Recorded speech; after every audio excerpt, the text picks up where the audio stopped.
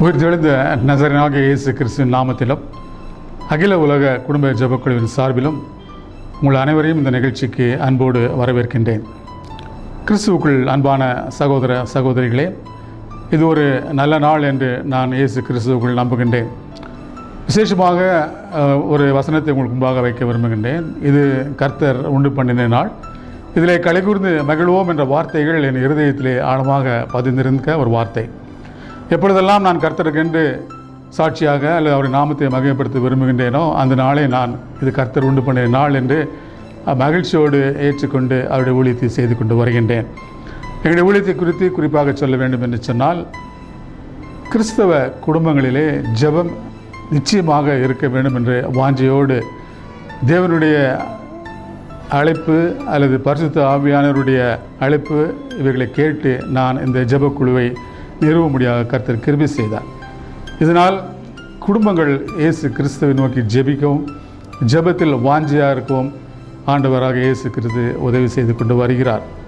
குடும்ப ஜெபக்குழு பல ஆண்டுகளாக இந்த சென்னை பட்டணத்திலே இயங்கிக் கொண்டு வருகிறது. குடும்பங்கள் கிறிஸ்துவை விசுவாசித்து ஜெபத்தின் மூலமாக தங்களுடைய விண்ணப்பங்களை ஏறெடுத்து ஆசீர்வாதத்தை பெற்றுக்கொள்கிற குடும்பமாக மாறிக்கொண்டு வருகிறது. பார்க்கும் பொழுது இது கர்த்தர் செய்த பெரிய காரியம். சிறு பிள்ளைகள் கூட ஜெபிக்க வேண்டும் என்பது என்னுடைய ஆஞ்சை. சில குடும்பங்களிலே பெரியவர்கள் ஜெபிப்பார்கள், சிறியவர்கள் கைத்தட்டி அல்லது ஆமேன் என்று சொல்லிவிடுவார்கள். சில சமயத்தில் பெரியவர்கள் கூட எல்லாரும் சேர்ந்து ஜெபிப்பதற்கு சற்று தயக்கம் காட்டுவது உண்டு. ஆனால் அன்பான சகோதர சகோதரிகளே, உங்கள் வீடுகளிலே எல்லோரும் ஜெபிக்க வேண்டும் என்றே கர்த்தர் விரும்புகின்றார். ஒவ்வொரு குடும்பமும் ஜெபிக்கும் குடும்பமாக இருக்க வேண்டும் என்றே கர்த்தர் விரும்புகின்றார். ஜெபம் கர்த்தருக்கு பிரியமான காரியம். அது அசைக்கிறதா அல்லது கூரைக்கு மேல் செல்கிறதா அல்லது அதற்கு பதில் கிடைக்கிறதா என்ற ஆராய்ச்சி எல்லாம் விட்டுவிட்டு ஜெபம் கர்த்தருக்கு ஒரு பிரியமான காரியம் என்று ஜெபிக்கும் பொழுது அதன் ஆசீர்வாதத்தை பரிபூர்ணமாக நீங்கள் பெற்றுக்கொள்வீர்கள். என்னுடைய குடும்பம் பெற்றுக்கொண்டது, இன்றைக்கும் நான் அந்த ஆசீர்வாதத்தை பெற்றுக்கொண்டிருக்கிறேன் என்று சொல்லி உங்களோடு கூட கர்த்தருடைய வார்த்தையை பகிர்ந்து கொள்ள விரும்புகின்றேன். செய்திகள் பலவிதம் உண்டு. கேட்க பிரியமில்லாத செய்திகள், கேட்டுக்கொண்டே இருக்க வேண்டிய செய்திகள், சேச்சே இந்த செய்தி வேண்டாம் என்று ஒதுக்கி தள்ளுகிற செய்திகள் எல்லாம் இந்த உலகத்திலே நாம் கேட்டுக்கொண்டு தான் இருக்கின்றோம். ஆனால் இன்றைக்கு உங்களோடு கூட நான் பேச விரும்புகிற ஒரு நல்ல செய்தி, கர்த்தரும் இரட்சகரும் ஆகிய இயேசு கிறிஸ்து சொன்ன ஒரு செய்தி. எச்சரிக்கையின் செய்தி, தீர்க்கதரிசன செய்தி, வாக்குத்தத்த செய்தி என்றெல்லாம் விருப்பத்தோடு அல்லது ஆர்வத்தோடு கேட்கின்ற விசுவாச குடும்பங்களாக இருக்கின்ற நாம் ஆண்டவராகிய இயேசு கிறிஸ்து சொன்ன வார்த்தையை சற்று உங்களோடு கூட பகிர்ந்து கொள்ள விரும்புகின்றேன். மத்தேயு எழுதின சுவிசேஷத்திலே இயேசு கிறிஸ்து திரளான ஜனங்களை கண்டு வாயத்திலிருந்து பேசினார் என்று நாம் வாசிக்கின்றோம். அதை தான் மலை பிரசங்கம் என்று நாம் வாசித்து அதனுடைய அர்த்தங்களை தியானித்து அதனால் வரும் பயன்களை அடைந்து நாம் தேவனுடைய பிள்ளைகளாக வாழ்வதற்கு அந்த வசனங்கள் வழிகாட்டுகின்றது. இன்றைக்கு எல்லாருக்கும் தெரிந்த ஒரு வசனம், மத்தேயு எழுதின சுவிசேஷம் 6ஆம் அதிகாரம் 26ஆம் வசனத்தின் கடைசியிலே இப்படியாக ஒரு வார்த்தையை ஆண்டவராக இயேசு கிறிஸ்து சொல்லுகின்றார். இது ஒரு நல்ல வார்த்தை. இயேசு சொன்னால் நல்லதாக தான் இருக்கும். மனுஷர்கள் பேசினா தான் கோபம் அல்லது எரிச்சல், பொறாமை, வன்கண் இவைகள்லாம் வந்து சேர்ந்து ஒரு ஆளை ஒரு மாதிரி ஆக்கிடும். ஆனால் இயேசு இன்றைக்கு அந்த வசனத்தின் மூலமாக சொல்லுகிறது என்னென்று சொன்னால், நீங்கள் விசேஷித்தவர்கள் அல்லவா? இது ஒரு கேள்வி கேட்பது போல் இருக்குது, அல்லது ஒரு ஆச்சரியத்தை உண்டு பண்ணுறது போல் இருக்கிறது, அல்லது நாம் அது புரிந்தும் புரியாமல் இருக்கிற ஒரு மக்களை பார்த்து நீங்கள் விசேஷித்தவர்கள் அல்லவா? இது பார்த்து கொண்டிருக்கும் அருமையான சகோதரியே, உங்களை பார்த்து ஆண்டவராகிய இயேசு கிறிஸ்து சொல்லுகின்றார், அருமையான மகளே, நீ விசேஷித்தவள் அல்லவா? இதை பார்த்து கொண்டிருக்கும் அருமையான சகோதரனே, உங்களை பார்த்து ஆண்டவராகிய இயேசு கிறிஸ்து சொல்லுகிறார், நீங்கள் விசேஷித்தவர்கள் அல்லவா? வாலிப தம்பி, வாலிப தங்கச்சி, உன்னையும் பார்த்து ஆண்டவராகிய இயேசு கிறிஸ்து இப்படி ஒரு ஆசையோடு கேட்கிறார், நீங்கள் விசேஷித்தவர்கள் அல்லவா? அப்படின்னா என்ன அர்த்தம்? என் செல்ல பிள்ளைகள் அல்லவா என்று கூட நான் யோசித்தது உண்டு. வயது எதுவாக இருந்தாலும் சரி, சூழ்நிலைகள் எப்படி இருந்தாலும் சரி, நம்முடைய சிந்தனைகள் எப்படி இருந்தாலும் சரி, நம்மை பார்த்த ஆண்டவர் இப்படிப்பட்ட ஒரு வார்த்தை மூலமாக பேச விரும்புகின்றார். நீங்கள் விசேஷித்தவர்கள் அல்லவா? இந்த வார்த்தையை நீங்கள் எத்தனை முறை கேட்டிருக்கின்றீர்கள்? இந்த வார்த்தையை நீங்கள் நன்மையாக புரிந்து கொண்டிருக்கலாம். இந்த வார்த்தையை எனக்கு சொல்கிற காரியத்தை நான் புரிந்து எப்படி கொண்டேன்னு சொன்னால், நான் ஆண்டவராகிய இயேசு கிறிஸ்துவின் பார்வைக்கு ஒரு விசேஷித்தவன். இதை ஆங்கிலத்தில் பார்க்கும் பொழுது யூ ஆர் பெட்டர். என்னுடைய மகள் என்னோடு பேசி கொண்டிருக்கும் பொழுது, டேடி யூ ஆர் பெஸ்ட் என்று தான் நான் நினைக்கின்றேன் என்று சொன்னாள். உண்மைதான், பெஸ்ட்டு தான் எல்லாரும் விரும்புவாங்க. ஆனால் நான் ஒரு சின்ன உதாரணத்து மூலமாக இது எப்படி பெட்டர் என்று ஆண்டவராகிய இயேசு கிறிஸ்து உங்களையும் என்னையும் பார்த்து அழைக்கிறார் என்று சொல்ல விரும்புகின்றேன். நம்ம குடும்பமாக இருக்கின்றோம், குடும்பத்து சூழ்நிலைக்குள்ளாக வருவோம். இது ஆண்டவருடைய வார்த்தை தான். ஏதோ அப்படியே ரிஜிடாக இருக்கணுன்ற கூட இல்லை, கொஞ்சம் ரிலாக்ஸ்டாக இருப்போமே. நல்ல ஒரு மத்தியான வேளையிலே குடும்பத்தோடு கூட நல்ல ஆகாரத்தை சாப்பிட்டு கொண்டு இருக்கும் பொழுது திடீரென்று அடுத்த வாரம் நம்முடைய மகனுக்கு பிறந்த நாள் வருகிறது. ஆகவே அந்த நாளிலே ஒரு நல்ல ஹோட்டலில் பார்ட்டி வச்சு நம்ம செலிப்ரேட் பண்ணலான்ட்டு நீங்கள் தீர்மானிப்பீர்கள். அந்த நாளும் வந்தது. குடும்பத்தோடு அந்த ஹோட்டலுக்கு போகிறீங்க. விதவிதமான உணவு பதார்த்தங்களை அங்கே சாப்பிட்டு கொண்டே இருக்கிறீர்கள். அப்பொழுது உங்களுடைய குடும்பத்தை சேர்ந்து ஒருவர் சொல்லுவார், நேற்று அம்மா செஞ்ச அந்த mutton biryani better than this. நீங்கள் பெஸ்ட் என்று தான் அந்த ஹோட்டலுக்கு போனீங்க. ஆனால் உங்கள் குடும்பத்தில் ஒருவர் செய்த உணவு பெட்டர் தேன் த பெஸ்ட். இதுதான் ஆண்டவராகிய இயேசு கிறிஸ்து இன்றைக்கு நம்மை பார்த்து சொல்கின்றார், மகனே மகளே, you are better than the best. அது என்ன? ஆகாயத்து பறவைகளை பாருங்கள், காட்டு புஷ்பங்களை பாருங்கள், இவைகளை பார்க்கலும் நீங்கள் விசேஷித்தவர்கள் அல்லவா? இவை எல்லாவற்றையும் ஆண்டவராகிய இயேசு கிறிஸ்து பிதாவாகிய தேவனும் குமாரனாகிய இயேசு கிறிஸ்துவும் பரிசுத்த ஆவியாக தேற்ற வாழனமாக திரியேக தேவர்கள் படைத்த காரியங்கள் தானவர்கள். ஆனால் இங்கு சொல்லும் பொழுது நீங்கள் இவர்கள் எல்லாவற்றிலும் பார்க்கலாம் விசேஷித்தவர்கள் அல்லவா? அருமையானவர்களே, இன்றைக்கு இந்த நேரத்திலே இந்த வார்த்தையை கேட்டுக்கொண்டிருக்கும் பொழுது உங்கள் இதயத்திலே நீங்கள் நிச்சயமாகவே நினைக்க வேண்டியது ஒன்று, அங்கீகரிக்க வேண்டியது ஒன்று, சொந்தமாக்கிக் கொள்ள வேண்டியது ஒன்று. நான் இயேசு கிறிஸ்துவின் பார்வையிலே விசேஷித்தவன். ஏன் தெரியுமா? சகலத்தையும் ஆண்டவராகிய தேவன் படைத்தார். சூரியனை படைத்தார். எவ்வளவு அழகான சூரியன்! சூரியன் இல்லைன்னா இன்றைக்கு வாழ்க்கையே இல்லை. அதே சமயத்தில் சந்திரனை படைத்தார். அது பார்ப்பதற்கு எவ்வளவு அழகாக இருக்கின்றது. அநேக நட்சத்திரங்களை படைத்தார். அவைகளை பார்க்கும் பொழுது மின்மினு என்று அது பார்க்கும் பொழுதெல்லாம் நம்முடைய சிந்தனைகள் பலவிதமாக சிந்திக்க தோன்றுகின்றது. ஆகாயத்து பறவைகளை படைத்தார், விலங்குகளை படைத்தார், நீர்வாழ் ஜந்துக்களை படைத்தார், சகல விருட்சங்களையும் படைத்தார். ஆனால் அவர்கள் எல்லாவற்றை பார்க்கலாம், மனிதனை பார்த்து அவர்கள் விசேஷித்தவர்கள் அல்லவா என்று கேட்கின்றார். எப்படி தெரியுமா? ஆதியாகமம் புத்தகத்தில் வாசிக்கின்றோம், எல்லாவற்றையும் ஆண்டுகொள். மனிதன் மட்டும்தான் எல்லாவற்றையும் ஆண்டு கொள்ள முடியும். ஏனென்றால் அவன் விசேஷித்தவன் என்று ஆண்டவராகிய தேவன் சொல்லுகின்றார். அவன் தேவ சாயலாக படைத்தேன் என்று சொல்லுகிறான், தனது ரூபமாக படைத்தேன் என்று சொல்லுகின்றார். எவ்வளவு விசேஷித்தவர்கள் பாருங்கள்.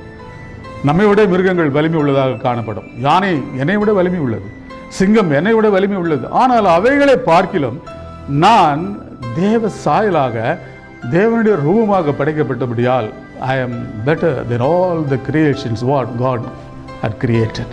இப்பொழுது உங்களுக்கு புரிகிறதா நீங்கள் ஏன் விசேஷித்தவர்கள் என்று? இதுவரையிலும் நான் ஒரு டஸ்ட், நான் ஒரு குப்பை, ஒன்றுமில்லாதவன் என்றெல்லாம் நினைத்து கொண்டிருப்பேன் என்று சொன்னால், இன்றைக்கு ஆண்டவராகிய இயேசு கிறிஸ்து பேசுகிற ஒரு வார்த்தை என்ன? மகளே, கிட்ட வந்து பேசுகிறார், உன் அருகில் வந்து பேசுகிறார். மகளே, நீ என்னுடைய பார்வையில் விசேஷித்தவள். உன்னுடைய சூழ்நிலை எப்படி இருந்தாலும் சரி, நீ அவமானப்பட்டு தோல்வியுற்று சங்கடமாக வேதனையோடு கண்ணீரோடு இருந்தாலும் சரி, ஆண்டவருடைய வார்த்தை சொல்லுகிறது, you are better then everything. நீ விசேஷித்தவன் என்று ஆண்டவராகிய இயேசு கிறிஸ்துவின் வார்த்தை உன்னோடு கூட கடந்து வருகிறது. அருமையான சகோதரனே, வாழ்க்கையில் தோல்வியா? நினைத்த காரியம் நடக்கவில்லை என்று விரக்தியா? ஆண்டவருடைய வார்த்தை சொல்லுகிறது, நான் தேற்ற முடியாது. ஆறுதல் சொல்லுகிற தேவன் உன்னிடத்தில் பேசிக் கொண்டிருக்கிறார். நீ விசேஷித்தவன் மகனே. உன்னை பார்த்து தான் ஆண்டவராகிய இயேசு கிறிஸ்து சொல்லுகின்றார். வேதம் சொல்லுகிறது, நீங்கள் விசேஷித்தவர்கள் அல்லவா? அவருடைய பிள்ளைகள் எல்லாரும் விசேஷித்தவர்கள் அல்லவா? இதைத்தான் ஆண்டவராகிய இயேசு கிறிஸ்து இன்றைக்கு உங்களோடு பேசும்படியாக என்னை தெரிந்தெடுத்திருக்கிறார். இதுதான் நல்ல செய்தி. உங்கள் சூழ்நிலைகள் மாறும், உங்கள் வேதனைகள் மாறும், கண்ணீர் கவலைகள் மாறும். எல்லாவற்றையும் தேவன் அறிந்திருக்கிறார். உங்களுடைய எண்ணங்களையும் என்னுடைய எண்ணங்களையும் அறிந்திருக்கிறார். நம்முடைய உள்ளத்தின் ஆழங்களை ஆராய்ந்தருகிற தேவன் என்று நாம் வேதத்தில் வாசிக்கின்றோம். அப்படி இருக்கும் பொழுது நான் ஏன் கவலைப்பட வேண்டும்? இன்றைக்கு நான் உங்கள் முன்பாக நின்று கொண்டு பேசிக் கொண்டிருக்கிறேன் என்று சொன்னால் இந்த வார்த்தைகள் ஜீவன் உள்ளது. இந்த வார்த்தைகள் எனக்கு பிழைப்பூட்டுகிறது. இந்த வார்த்தைகளை நான் நம்புகின்றேன். ஆகவே உங்களோடு நான் பகிர்ந்து கொள்கின்றேன். நீங்களும் இந்த வார்த்தைகளை விசுவாசியுங்கள். நீங்கள் விசேஷித்தவர்கள் என்று ஆண்டவராக இயேசு கிறிஸ்து சொல்லியிருக்கிறார். ஆகவே நான் விசேஷித்தவன் என்று நம்புங்கள். அருமையானவர்களே, பிரசங்கியின் புஸ்தகத்தில் இப்படியாக வாசிக்கின்றோம். அங்கே சகல ஜீவராசிகளும் 3ஆம் அதிகாரத்தில் வாசிக்கின்றோம். மனுபுத்திரருக்கு சம்பவிக்கிறது மிருகங்களுக்கும் சம்பவிக்கும். என்ன அது? மரணம். நான் எப்படி மறிக்கின்றேனோ மிருகங்களும் அப்படித்தான் மறிக்கின்றது. ஆனால் என்ன வித்தியாசம் என்று பார்க்கும் பொழுது அவர்களுக்கும் இவைகளுக்கும் ஏக சம்பவம் உண்டு. இவைகள் சாகிறது போலவே அவர்களும் சாகிறார்கள். மிருகங்கள் பறவைகள் சாகிறது போலவே மனுஷனும் சாகின்றான். ஆனால் ஜீவன்களுக்கெல்லாம் சுவாசம் ஒன்றே. மிருகத்தை பார்க்கலாம் மனுஷன் மேன்மை உள்ளவன் அல்ல. என்னங்க இப்பதானே விசேஷத்தவர்கள் சொன்னீங்க, இப்ப மிருகங்களை பார்க்கும் மனுஷன் விசேஷத்தவன் அல்ல என்று சொல்கிறீர்களே என்று யோசிக்கலாம். ஆம், இப்படிதான் ஒருவர் பேசினார். மிருகங்களுடைய மாமிசம் உணவாக கொள்ளப்படுகிறது. மிருகங்களுடைய ரோமங்களினாலே பலவிதமான பொருட்கள் தயாரிக்கின்றோம். மிருகங்களுடைய நகங்களினாலே பலவிதமான பொருட்களை தயாரிக்கின்றோம். மிருகங்களுடைய பற்களினாலே பலவிதமான பொருட்களை தக்கின்றோம். மிருகங்களுடைய கொம்புகள் மூலமாக பலவிதமான பொருட்கள் நமக்கு கிடைக்கின்றது. ஆனால் மனிதன் செத்து போனால் ஒன்று எரிக்கப்படுகின்றான் அல்லது புதைக்கப்படுகின்றான். ஆகவே மனுஷன் மேன்மை உள்ளவன் அல்ல என்று ஒருவர் பேசினார். அதை கேட்ட பொழுது நான் சற்று சிந்தித்தேன். நான் மிருகத்தை விட மோசமானவனா? ஆண்டவராக இயேசு கிறிஸ்து சொல்கின்றார் நீ விசேஷித்தவன் என்று. ஆனால் இன்றைக்கு இப்படியாக அபிப்பிராயத்தோடு வாழ்கின்ற மக்கள் மத்தியில் நாம் வாழ்ந்து கொண்டிருக்கின்றோம். மிருகத்தை பார்க்கலாம் மனுஷன் மேன்மை உள்ளவன் அல்ல என்று எழுதியிருக்கிறதே, அதைத்தானே அவர் சொன்னார் என்று வாசிக்கிறேன். நான் யோசித்தேன். ஆனால் ஆண்டவராகிய தேவன் ஆவியானவர் அதற்கு அடுத்த வசனத்தை வாசி என்று சொன்னார். எல்லாம் ஒரே இடத்துக்கு போகிறது, எல்லாம் மண்ணிலே உண்டாகிறது, எல்லாம் மண்ணுக்கு திரும்புகிறது. இது உண்மைதானே? அப்படி என்றால் நான் எந்த விதத்தில் விசேஷித்தவன்? என்னை எப்படி இயேசு கிறிஸ்து நீ விசேஷித்தவன் சொல்லுகின்றார்? ஆனால் உயர ஏறும் மனுஷனுடைய ஆவியை என்று வாசிக்கிறோம். தாழ பூமியில் இறங்கும் மிருகங்களின் ஆவி என்று வாசிக்கிறோம். பலவிதமான சிருஷ்டிப்புகள் உண்டு. பறவைகள், மிருகங்கள், நீர்வாழ் ஜந்துக்கள், சகல விருட்சிகள், அவைகள் எல்லாம் பூமிக்கு உள்ளாகவே போய் விடுகின்றன. ஆனால் உங்களுடைய ஆவியும் என்னுடைய ஆவியும் அதை தந்த தேவனிடத்திற்கு போகின்றது.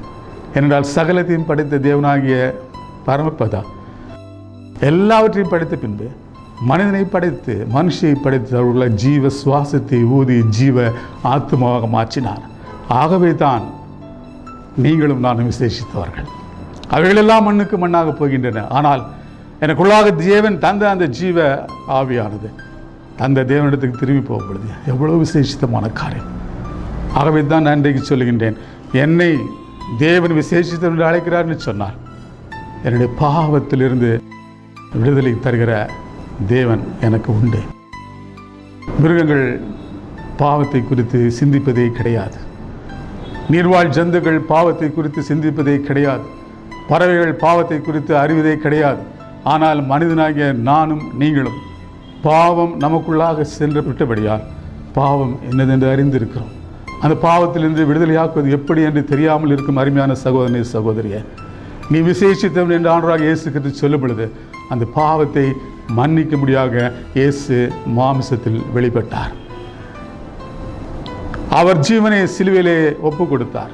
அவர் சிந்தின ரத்தம் என்னை மீட்டுக் கொள்கிறது என்று விசுவாசிக்கும் பொழுது சிலுவையிலே சிந்தின இயேசு கிறிஸ்துவின் ரத்தம் என்னுடைய சகல பாவத்தை நீக்கி என்னை சுத்திகரித்து என்னை தேவனோடு இருக்க முடியாத செய்கிறது. ஆகவே தான் நான் விசேஷித்தவன். என்னுடைய வாழ்க்கையில் என்ன நடந்தாலும் சரி, நான் தேவனை விட்டு தூர போனாலும் சரி, ஆண்டவரே என்னை மன்னியும் என்று கேட்டு கிட்ட வரும் பொழுது என்னை ஏற்றுக்கொள்கிற ஒரு பரமபிதா உண்டு என்று சொன்னால் அவர்தான் நான் விசுவாசிக்கின்றேன். சிலுவையிலே மரித்து அடக்கம் பண்ணப்பட்ட 3ஆம் நாள் உயிரோடு எழுந்த இன்றைக்கும் ஜீவனுள்ள தேவனாக பிதாவின் வலது பார்சல் வீற்றிருக்கிறார் என்று வேதத்தில் வாசிக்கிறபடி மறுபடியும் வந்து நியாயத்திற்கு போகிற ஜீவனுள்ள தேவனாகிய இயேசு கிறிஸ்துவை நியாயாதிபதியாகும் நான் விசுவாசிக்கிறபடியால் நான் விசேஷித்தவன். அது மட்டுமல்ல, மனிதர்களுக்கு மட்டும்தான் அவர் நித்திய ஜீவனை அளிக்கின்றார். மனிதர்களுக்கு மட்டும்தான் அவர் நித்திய வாழ்வு என்று வேதம் சொல்கிறது. அதை தருவதற்காகவே தேவனுடைய சித்தமாக இருக்கிறது என்று நாம் வாசிக்கின்றோம். சகலத்தையும் படைத்தது உண்மைதான், சகல ஜீவராசிகளையும் படைத்தது உண்மைதான். ஆனால் ஏன் எனக்கும் உங்களுக்கு மட்டும் நித்திய ஜீவனை கர்த்தர் வைத்திருக்கிறார்? ஏன் உங்களுக்கும் எனக்கும் மட்டும் நித்திய வாழ்வை தேவன் தந்திருக்கிறார்? இதுதான் அருமையானவர்களே விசேஷித்த தன்மை.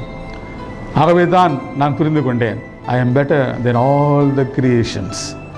எல்லாருக்கும் ஜீவராசிகளுக்கும் சுவாசம் உண்டு, எல்லாம் பலம் உள்ளது, எல்லாமே நாசியில் சுவாசம் உள்ளதாக தேவனை துதிக்கிறது என்று வாசிக்கின்றோம். நாசியில் சுவாசம் உள்ள நானும் தேவனை துதிக்கின்றேன். காரணம், நான் துதிக்கும் பொழுது, என் விண்ணப்பங்களை ஏறெடுக்கும் பொழுது, என் ஜபத்தை என தேவனுடைய சமூகத்திலே நான் ஏறெடுக்கும் பொழுது, என் பாவங்களை அறிக்கை செய்து விட்டுவிட என் மனது நினைக்கும் பொழுது நான் பாவ மன்னிப்பை பெறுகின்றேன். மற்ற ஜீவராசிகளுக்கு பாவத்தை அறிவதற்கும் வாய்ப்பில்லை, பாவத்தை அறிக்கை செய்வதற்கும் வாய்ப்பில்லை. மனிதனாகிய எனக்கும் உங்களுக்கும் தான் அந்த வாய்ப்பை தேவன் கொடுத்திருக்கின்றார். ஆகவே இந்த காலை வேளையிலே நீங்கள் இதை யோசிக்கும் பொழுது, உங்களுடைய அன்பு தேவனிடத்தில் இருக்கும் என்று சொன்னால், தேவனுடைய அன்பை நீங்கள் பெற்றுக்கொள்ள இந்த வார்த்தைகளை விசுவாசியுங்கள். தேவன் உங்களுக்கு நித்திய ஜீவனை அளிக்கிறார், தேவன் உங்களுக்கு நித்திய வாழ்வை அளிக்கின்றார். அதற்காகவே தம்மை சிலுவையிலே அர்ப்பணித்தார். ஆகவே தான் நான் இந்த விசேஷித்தவன்.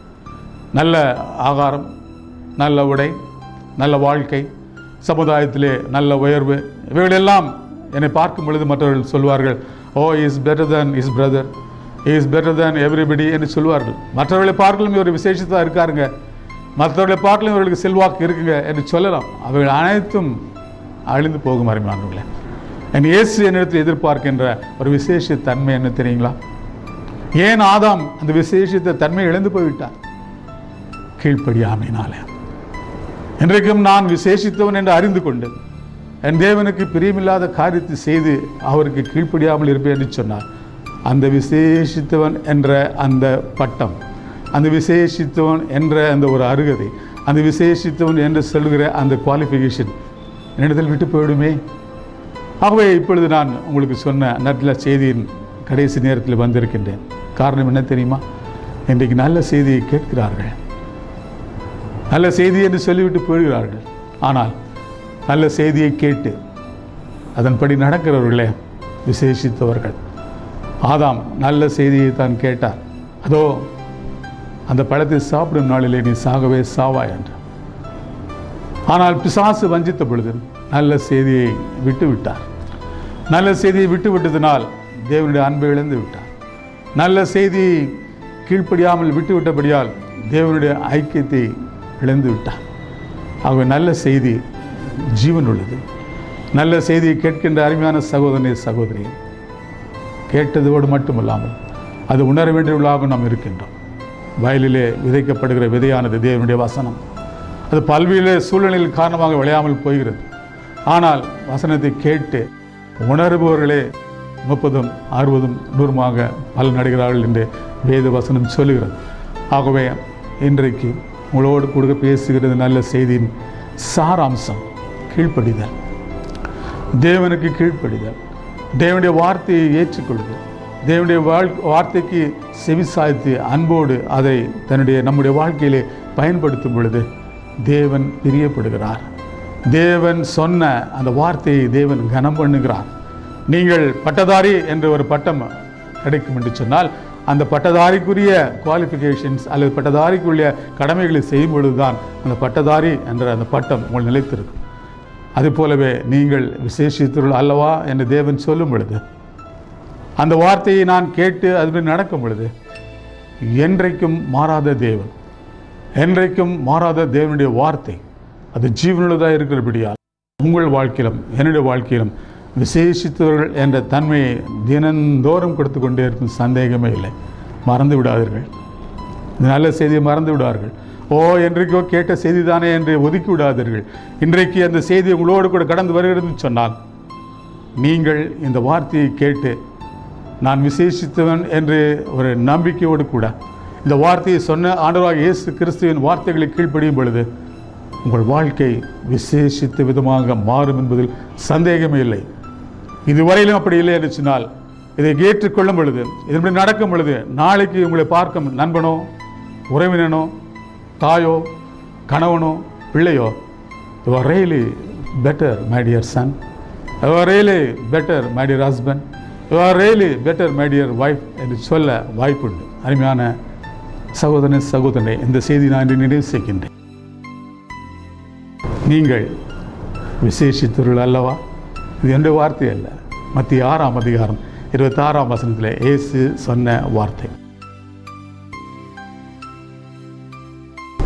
மறுபடியுமாக அடுத்த வெள்ளிக்கிழமை அன்று இதே 6 மணி நேரத்திலே நாங்கள் உங்களை சந்திக்கும் வரை கர்த்தர் இரட்சகருமாகிய இயேசு கிறிஸ்துவின் நாமத்தினாலே உங்களை அன்பின் வாழ்த்துக்கள் சேர்த்துக்கள் தெரிவித்துக் கொள்கின்றேன். கர்த்தர் உங்களை ஆசீர்வதிப்பாராக.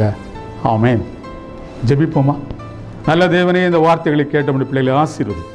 இதுவரையிலும் நான் யாரோ, நான் ஒன்றுக்கும் உதவாதவன் என்று சொல்லி நினைத்துக் கொண்டிருந்தால், இன்றைக்கு நீ சொன்ன வார்த்தை, நீ விசேஷித்தவள் என்ற வார்த்தையின்படி, நீ விசேஷித்தவன் என்ற வார்த்தையின்படி அவளை ஆசீர்வதி. இயேசு கிறிஸ்து நாமத்தில் ஜெபிக்கிறேன் எங்கள் ஜீவனின் நல்ல பிதாவே. ஆமென். God bless you.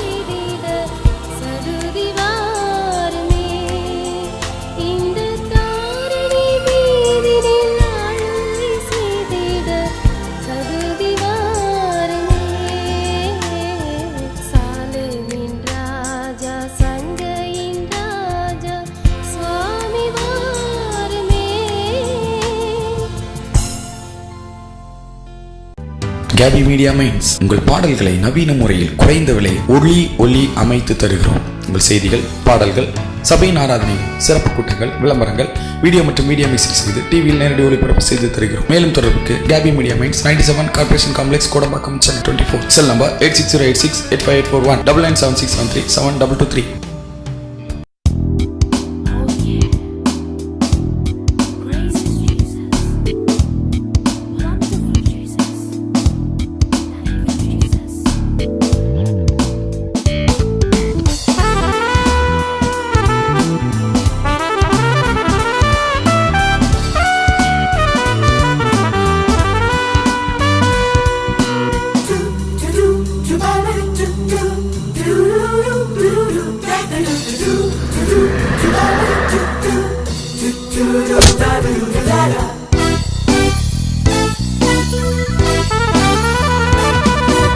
நமக்காய் பிறந்த வாழ்வாதிபதியே, நமக்காய் மரித்த ஜீவபலியே, நமக்காய் உயிர்த்த நல்மீட்பரே, நமக்காக மன்றாடும் ஆட்டுக்குட்டியே, வாழ்வாதிபதியே, ஜீவபலியே, நல்மீட்பரே, ஆட்டுக்குட்டியே, வாழ்வாதிபதியே, ஜீவபலியே, நல்மீட்பரே, ஆட்டுக்குட்டியே.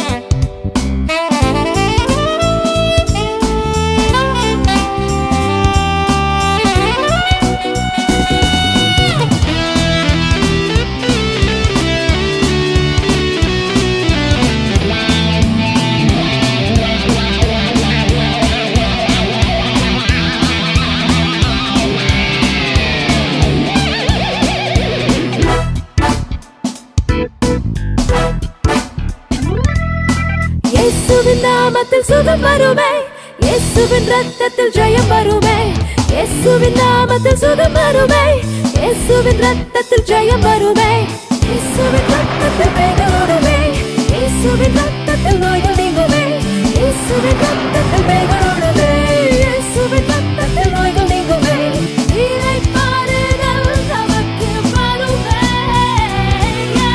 இளைப்பாறுதல் இன்றே வருமே. வாழ்வாதிபதியே, ஜீவபலியே, நல்மீட்பரே, ஆட்டுக்குட்டியே, வாழ்வாதிபதியே, ஜீவபலியே, நல்மீட்பரே, ஆட்டுக்குட்டியே.